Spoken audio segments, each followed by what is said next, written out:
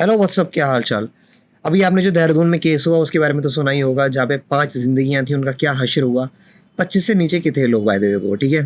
तो मेरा topic rash driving, drunk driving पे नहीं है, उससे थोड़ा क्लोजली रिलेटेड टॉपिक है मेरा। अभी हाल ही में मैंने अपने सोशल सर्कल में ऑब्जर्व करा कि जेनजी को गाड़ी चलानी नहीं आती है और वो ज़्यादातर पब्लिक ट्रांसपोर्ट या फिर कैब्स पे ज़्यादा रिलाई करते हैं, जो कि अच्छी बात है, बिल्कुल अच्छी बात है। पर इसके पीछे ये रीज़न नहीं है कि वो एनवायरमेंटल फ्रेंडली हैं या फिर वो पर्यावरण के सेवक हैं इतने। इसके पीछे ऐसा कुछ रीज़न नहीं है। पर हाँ, इसके पीछे एक ज़रूर ये चीज़ है कि जेनजी वाटर पोल्यूशन के बारे में जानते हैं और अलग अलग तरह की चीज़ों के बारे में जानते हैं, जैसे कूड़ा नहीं फेंकना, लिटरिंग नहीं करनी। पर ये गाड़ी के पीछे एनवायरमेंटल रीज़न नहीं है कोई कि वो एनवायरमेंटल के बारे में इतना ज़्यादा सोचते हैं। इसके पीछे सिंपल सा रीज़न ये है कि वो आलस है और नालायक है। क्योंकि यार सिंपल सी बात है, लाइफ में कभी ज़रूरत नहीं पड़ी अपनी गाड़ी चलाने की, ठीक है। उसमें बाद में आते हैं क्या क्या रीज़न है उसके पीछे। पर मोस्टली मैं ये बताता हूँ, पब्लिक ट्रांसपोर्ट पे आजकल जेनजी ज़्यादा रिलाई कर रहा है। दिल्ली की अगर मैं प्राइमरीली बात करूँ, यहाँ पे कैब्स पे ज़्यादा लोग रिलाई करते हैं। कैब्स और मेट्रो कनेक्टिविटी बहुत अच्छी है यहाँ पे, और ई रिक्शा, दो तीन तरह के यहाँ पे मोड्स ऑफ ट्रांसपोर्ट हैं पब्लिक वाले। और जेनजी ज़्यादातर उस पर रिलाई करता है। 10 रुपये का रिक्शा 10-15 रुपये में छोड़ देता है, इधर से उधर। ग्रामीण सेवा भी आती है उसके अंदर बाय द वे। मेट्रो में लो 20-30 रुपये का खर्चा है और आपको एक एरिया से दूसरे एरिया में छोड़ देता है। और वहाँ पे भी कनेक्टिविटी अच्छी है कि आप वहाँ से रिक्शा ले सकते हो, बाद में आप बेसिकली चले जाओगे अपनी जगह पे कहीं पे। तीसरा, कैब्स का भी बहुत अच्छी कनेक्टिविटी दिल्ली में कहीं ना कहीं मिल जाती है, जहाँ नहीं मिलती वो एक एक्सेप्शनल केसेस हैं। Same goes for your Bangalore में भी मैं गया था, बैंगलोर में भी सेम केस है। आपके कैब्स की कनेक्टिविटी अच्छी है। रैपिडो हो गया, ओला, उबर, हर तरह की जो कंपनीज हैं ये हर जगह स्थित हैं। बॉम्बे में अगर आप जाओगे टाउन एरिया में आपको वो मिल जाएगी, काली पीली मिल जाएगी। तो कहने का मतलब है, मोटी मोटी जो मेट्रोपॉलिटन सिटीज़ हैं यहाँ पे कनेक्टिविटी बहुत अच्छे से अवेलेबल है। और मैं झूठ क्या बोलूँ, ये एक्चुअली में अच्छा डिसीजन है, क्योंकि फ्यूल एमिशन कम हो रहा है, कार पूलिंग हो रही है। 3-4 दोस्त आपके बैठ जाते हैं एक साथ, उबर पूल में चले जाते हैं कहीं ना कहीं से एक जगह से दूसरी जगह।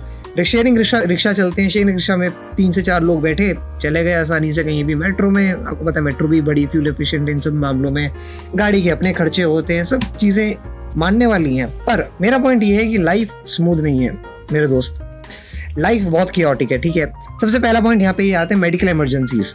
अब तुम में से कुछ कहोगे कि यार एम्बुलेंस को बुला लो, तो मुझे लगता है तुम्हारे घर में इमरजेंसीज नहीं हुई हैं ठीक है।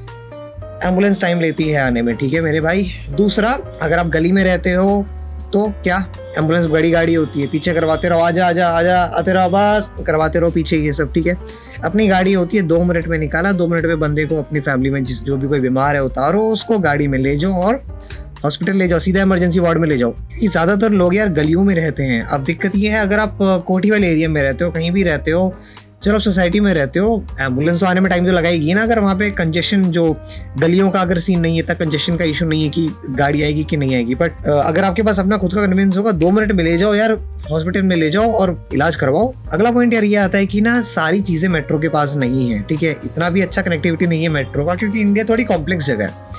तो यहाँ पे अगर आप मेट्रो स्टेशन पे उतर गए, एग्जाम्पल दे रहा हूँ, अगर आप दिल्ली से गुड़गांव गए और गुड़गांव को आपको किसी एक रेस्टोरेंट में जाना है एग्जाम्पल, ठीक है, तो आप उतरोगे गुड़गांव पे और वहाँ से 100-150 का अलग से रिक्शा लोगे, टुक लोगे, और वो आपको अंदर कहीं ना कहीं छोड़ के जाएगा, ठीक है।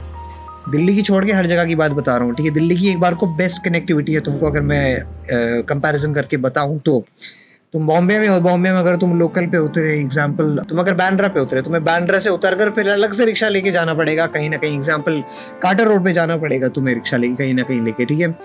तीसरा, बैंगलोर में भी सेम है, सेम हर जगह भाई सेम है, इसमें कुछ दो राय नहीं है। तो गाड़ी की फायदा ये होता है कि यार तुम ना डायरेक्टली उस जगह पे पहुंच सकते हो। अगला पॉइंट यार ये आता है कि कैब्स काफी ज्यादा महंगी हो गई हैं। कहने का मतलब है, दिल्ली का एग्जांपल देता हूँ, दिल्ली में एक्चुअली कैब्स बहुत महंगी हैं। 250 से 300 रुपए आपको वेस्ट दिल्ली से साउथ दिल्ली तक जाना में एक राइड में देना पड़ता है, एक साइड का बोल रहा हूँ, ठीक है। तो लगा लो 600, 500, 600, 400 से लेके 600 का आना जाना हो गया, ठीक है।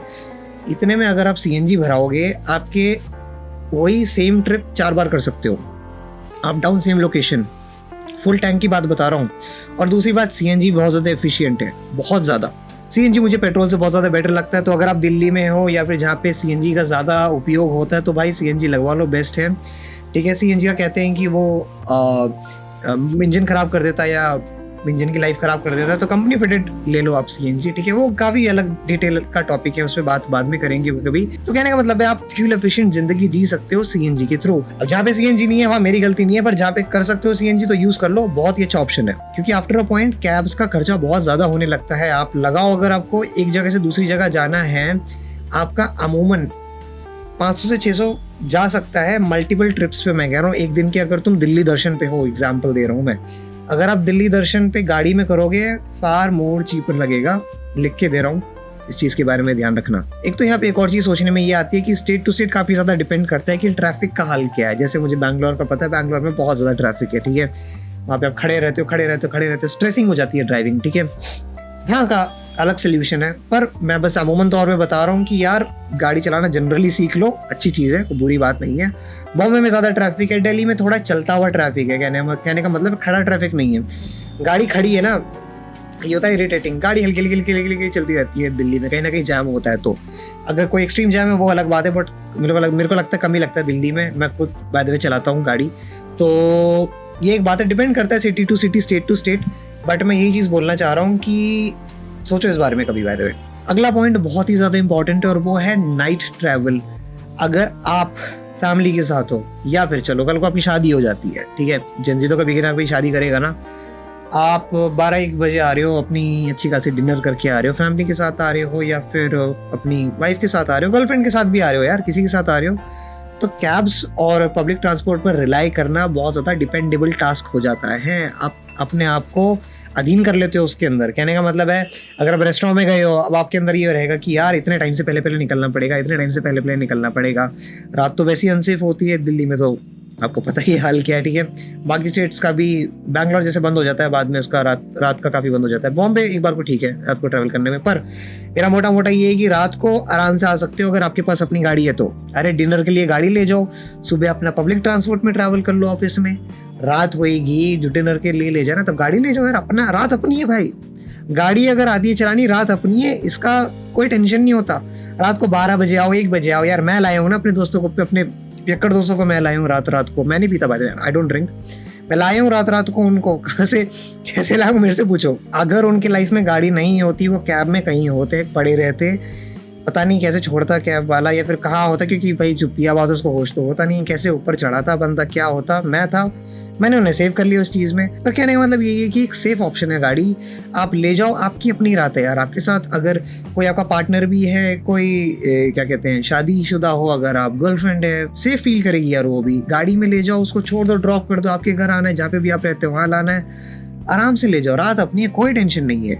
आखिरी पॉइंट मेरे पास यार ये आता है कि ना, एक मैं अपना पर्सनल टेस्टमेंट बताना चाहूँगा, क्योंकि मैंने अपने घर में बहुत ज़्यादा मेडिकल इमरजेंसीज को झेला है, ठीक है। अगर मैं तुमको ये बताऊं तभी मैं ये वीडियो बना रहा हूँ, क्योंकि यार एक मेडिकल इमरजेंसी तुम्हारी लाइफ को बहुत पलट सकती है, ये बात ध्यान में रख लो, ठीक है। तुम बिल्कुल भी पब्लिक ट्रांसपोर्ट पर रिलाई नहीं कर सकते मेडिकल इमरजेंसीज के टाइम, ये मैं तुम्हें पहली बात बता दूँ।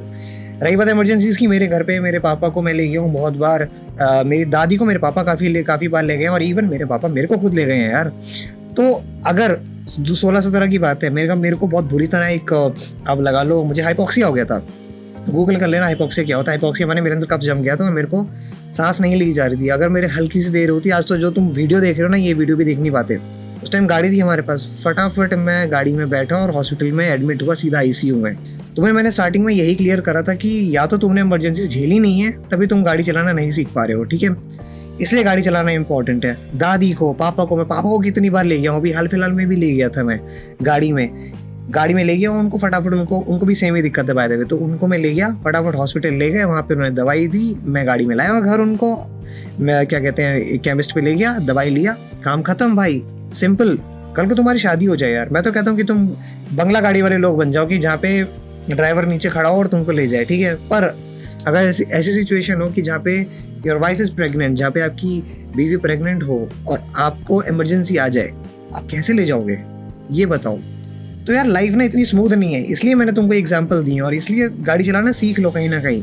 हाँ, और मैं ये कहूँगा मेरा पर्सनल ऑब्जर्वेशन है, उसके अलावा ऑनलाइन आर्टिकल्स भी हैं यहाँ पे, NDTV के या किसी के मैं लगा दूंगा यहाँ पे, ठीक है, देख लेना, मैं लिंक भी दे दूंगा नीचे, ठीक है। जो मेरे पास आ जाते हैं ना कि वो क्या स्टडीज हैं तो तेरे पास जेनजी की, कि तू ऐसे बोल रहा है, मेरे पास फिर ऑब्जर्वेशन को स्टडी से जब तुम compete करते हो ना, मुझे फिर गुस्सा आता है, फिर मैं इग्नोर करता हूँ उन कमेंट्स को। अब मैं खैर अब रिप्लाई करने लगी हूँ और मैं हेट कमेंट्स को ज़्यादा रिप्लाई करता हूँ फॉर सम रीज़न। मेरे को ना चैलेंज करने में बहुत ज़्यादा मुझे पर्सनली मज़ा आता है। अगर मैं यहाँ पे ड्राइविंग की बात कर रहा हूँ तो भाई मैं एक्चुअल ड्राइविंग की बात कर रहा हूँ, मैं वाली ड्राइविंग की बात नहीं कर रहा कि जहाँ पे गाड़ी स्टार्ट करी वो पहले गियर में बंद ऐसे होती है ना, उसकी ड्राइविंग की बात नहीं कर रहा। कहने मतलब है आपको एक्चुअली में ड्राइव करना आता है। अगर मैं गाड़ी दूं तो आप चला लो, प्रैक्टिकल नॉलेज जो होती है गाड़ी की, क्योंकि गाड़ी चलाना आसान बात है क्या भाई, तुम खुद बताओ यार। गाड़ी के अनसेड रूल्स इतने ज़्यादा होते हैं, इतने ज़्यादा अनसेड रूल्स है ड्राइविंग के, मैं क्या बताऊं। अगर तुम्हारा एल टाइप का टर्न है, एक साइड का टर्न है, तो तुम घुमा के थोड़ी गाड़ी मोड़ोगे, तुम थोड़ा चिपका के मोड़ोगे। अगर तुम इस साइड मोड़ना है ना, अगर मेरे में उल्टा दिख रहा होगा पर मैं बता रहा हूँ, अगर तुम मोड़ोगे चिपका के मोड़ोगे, पूरा घुमा के नहीं मोड़ोगे। घुमा के मोड़ोगे तो साइड वाला ठोकर दे देगा। छोटे छोटे रूल्स हैं, ये तुमको ड्राइविंग करते करते समझ आते हैं। तो ये छोटी छोटी बातें जो ध्यान में रखने वाली बातें हैं, ये तुमको ड्राइव करते हुए आएंगी। 3 टाइप के मैंने लोग देखे हैं जो ज़्यादातर जो जिनको ड्राइव आती है फिर नहीं आती। पहले आते हैं जिनके पास लाइसेंस है और जिनको ड्राइव करना नहीं आता। ये तुम्हारे अमीर बाप के औलाद होते हैं, कहीं ना कहीं से इनका कहीं ना कहीं गुड़गांव में रहते हैं, जुगाड़ बन जाता है और निकाल दिया। और मैंने हरियाणा लाइसेंस वाले ज़्यादा देखें, क्योंकि उसका लाइसेंस बनाना थोड़ा इजी है, टेस्ट देने में अगर टेस्ट नहीं देना पड़ता जितना मुझे पता है। मैं जो गलत हो सकता हूँ यहाँ पे।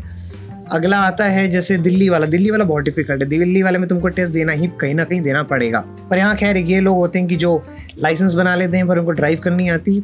दूसरे होते हैं जिनको ड्राइविंग करनी आती है, जो लौंडागिरी में सीख लेते हैं, दोस्ती वोस्ती में सीख लेते हैं ड्राइव करना, पर उनके पास लाइसेंस नहीं होता। ये तो भाई फिर इलीगल बात हो गई ना ये तो करना ही मत। तीसरे लोग वो आते हैं जिनके पास लाइसेंस है, उन्होंने लाइसेंस बना लिया है, उन्होंने टेस्ट भी दिया हुआ है ड्राइविंग का, सब कुछ बढ़िया है, बट उनको ऑन ग्राउंड गाड़ी चलानी नहीं आती। ये इनका फ्रेम में रखा होता है, जो घर में ऐसे फ्रेम लगा के रखा होता है लाइसेंस ड्राइविंग का, पर इन्हें कोई गाड़ी का ABCD नहीं पता होता, कब क्या कैसे करना है। छोटे छोटे रूल्स होते हैं यार गाड़ी तो बहुत ज़्यादा इंस्टिंक्ट्स पे चलती है यार, जैसे, और छोटे छोटे रूल्स तुम्हें जानने पड़ते हैं। अगर तुम फ्लाईओवर पे हो, फ्लाईओवर पे गाड़ी तुमने हैंड ब्रेक पे नहीं लगाई और ब्रेक पे नहीं है, तो तुम स्टार्ट करोगे आगे, एग्जाम्पल जैम लगा हुआ अगर उस पे फ्लाईओवर पे, तो गाड़ी पीछे रोल होएगी, तुमको आगे रखनी पड़ेगी, तुमको वही मेंटेन करना पड़ेगा। छोटे छोटे रूल्स है, मैं क्या एक्सप्लेन कर रहा हूँ, ठीक है। अगली वीडियो का भी बताऊंगा कि छोटे छोटे रूल्स ड्राइविंग के क्या होते हैं। मैं गेस काफ़ी अच्छा टॉपिक है, अगर तुम चाहते हो मैं उस पर वीडियो बनाऊँ प्लीज़ लेट मी नो। बहुत ही अच्छा टॉपिक है, क्योंकि मैंने भी कुछ चीज़ें ऐसी सीखी हैं और तुमको मैं ज़रूर बताऊंगा उस बारे में। क्योंकि यार ड्राइविंग की छोटी सी बात है कि जितनी ज़्यादा प्रैक्टिस होते रहे ना, वो उतनी ज़्यादा बेटर होती है, ठीक है। इसके पीछे मैं प्लीज़ एक चीज़ बोलना चाहता हूँ कि मैं बिल्कुल भी पब्लिक ट्रांसपोर्ट के अगेंस्ट नहीं हूँ। अगर तुम हेट कमेंट करने वाले हो तो ये वाले पॉइंट में टैग कर दूंगा तुमको, ठीक है। मैं बिल्कुल भी अगेंस्ट नहीं हूँ। अगर तुम ऑफिस जाते हो, तुम कॉलेज जाते हो और कहीं भी जाते हो, रेगुलरली जहाँ जाते हो ना, वहाँ पे पब्लिक ट्रांसपोर्ट यूज़ कर लो, पर आपको गाड़ी यूज़ करनी आनी, आपको गाड़ी चलानी आनी चाहिए। अगर इमरजेंसी हो आपको आनी चाहिए। अगर आप रात को कहीं से आ रहे हो, शादी से आ रहे हो यार, नवंबर का टाइम चल रहा है, शादियाँ का सीज़न है, रात को अगर आप आ रहे हो 12-1 बजे, तो तुम फैमिली को तो ले जाओगे वहाँ पे, पर फैमिली को लाना भी तो है वापस। अब तुम 5-6 जगह जाने हो तो तुम्हें 2 कैब्स लगेंगी। अब पहली कैब तो मिल गई, दूसरी कैब आने में टाइम लगा रही है, ठीक है। दूसरे को घर भी छोड़ना है बीच में तुमको, अपनी गाड़ी होगी, अपनी गाड़ी में एडजस्ट भी हो जाते हैं, अपना आराम से आओ, ड्रॉप करके घर आ जाओ अपना। हम नहीं लाएंगे, हमको पता है कितना, अगर तुम्हारी कैब आती है ना, लाइफ डिपेंडेबल हो जाती है, थोड़ी ऑप्शंस कम हो जाते हैं लाइफ में, कहने का मतलब मेरा ही है। तो अगर तुम सुबह जाते हो, सुबह अपना मस्त जो रेगुलर जो क्या कहते हैं एक्टिविटीज़ होती हैं, जैसे एग्जांपल तुम्हारा ऑफिस जाना हो गया, कहीं कॉलेज जाना हो गया, तो वहाँ पे तुम अपना मस्त पब्लिक ट्रांसपोर्ट में जाओ, क्योंकि वहाँ पे फ्यूल एमिशन वाला मैं पॉइंट ज़रूर रखूँगा, एनवायरमेंटल फ्रेंडली है, बिल्कुल है। पर अगर तुम्हारा जहाँ पे एक पर्सनल मोटिव है कहीं जाना, जैसे अगर तुम कहीं शादी में जा रहे हो, कहीं भी जा रहे हो, तो यार अपना मस्त इंडिपेंडेंटली आओ गाड़ी में, क्या बुरा है। पार्टी में जा रहे हो, कहीं भी जा रहे हो, अपना मस्त गाड़ी में हो, क्या टेंशन है। आई एम रियली सॉरी अगर मैं कुछ चीज़ें ओवर एक्सप्लेन करता हूँ, ठीक है, क्योंकि कुछ लोगों को समझ नहीं आता है, तो मुझे 2 बार पॉइंट्स बोलने पड़ते हैं। और हेट कमेंट्स को मैं कितना भी समझा लूँगा, समझते नहीं है, इसलिए मुझे टैग करना पड़ता है उन्हें उस पॉइंट पे जहाँ पे वो मिस आउट कर देते हैं मेरे उस पर, तो मुझे थोड़ा एक्स्ट्रा फीड करना पड़ता है। I am really sorry for that. आखिरी में मैं ये चीज़ कहना चाहूँगा, अगर आपके पास ड्राइवर है तो मुझे पता नहीं आप क्यों मेरी वीडियो देख रहे हो, फिर आप अपने मस्त ड्राइवर से काम कराओ, ठीक है। और ये चीज़ें इसमें कुछ ऐसी आती हैं कि कार लेना एक्सपेंसिव है और इंश्योरेंस वगैरह के खर्चे होते हैं, बिल्कुल होते हैं, पर यार लाइफ में हर चीज़ आसान भी तो नहीं है ना। कार के अपने फ़ायदे हैं तो कहीं ना कहीं तो डाउनफॉल होते ही हैं। अब आपको हर चीज़ ज़िंदगी में अगर आसानी से मिल जाएगी तो फिर मैं वीडियो क्यों बना रहा होता। अगला यार, ऑब्वियसली गाड़ी पोल्यूशन कॉज करती हैं, बट तुम अगर रेगुलरली चला रहे हो और एक ही बंदा जा रहा है, एक ही बंदा आ रहा है उसमें, तो ऑब्वियसली एक बेवकूफ़ी वाली बात है, बिल्कुल है। उसमें मैं बिल्कुल एग्री करता हूँ, पर मैं यहाँ पे स्मार्ट सोल्यूशन दे रहा हूँ उस चीज़ का, ठीक है। और इस वीडियो में मैं सिर्फ गाड़ियों को ही सपोर्ट कर रहा हूँ, मैं टू व्हीलर्स का इतना बड़ा सपोर्टर नहीं हूँ। इसके पीछे रीज़न ये है कि इंडियन रोड्स पे तुम अगर टू व्हीलर पे हो तो तुम्हारी रिस्क बहुत ज़्यादा हो जाती है इंडियन रोड्स के हिसाब से। अभी तुमने एक वीडियो देखी होगी, वो गुड़गांव की थी, जहाँ पे वो एक बंदा के अपनी लेन में होता है, वो थोड़ा स्पीड से टर्न ले रहा होता है, बट सामने से कोई गाड़ी आती है और वो सीधा हेड ऑन कोलिजन हो जाता है उसका, on the spot by the way उसका देहांत हो जाता है। पर कहने का मतलब मेरा ये है कि अगर आप टू व्हीलर पे हो, पहली बात अगर आप बिना सेफ्टी के चलाते हो तो आप देखो, एक पत्थर आना इतना सा सर खुल जाएगा आपका, 2 मिनट की बात है, ठीक है।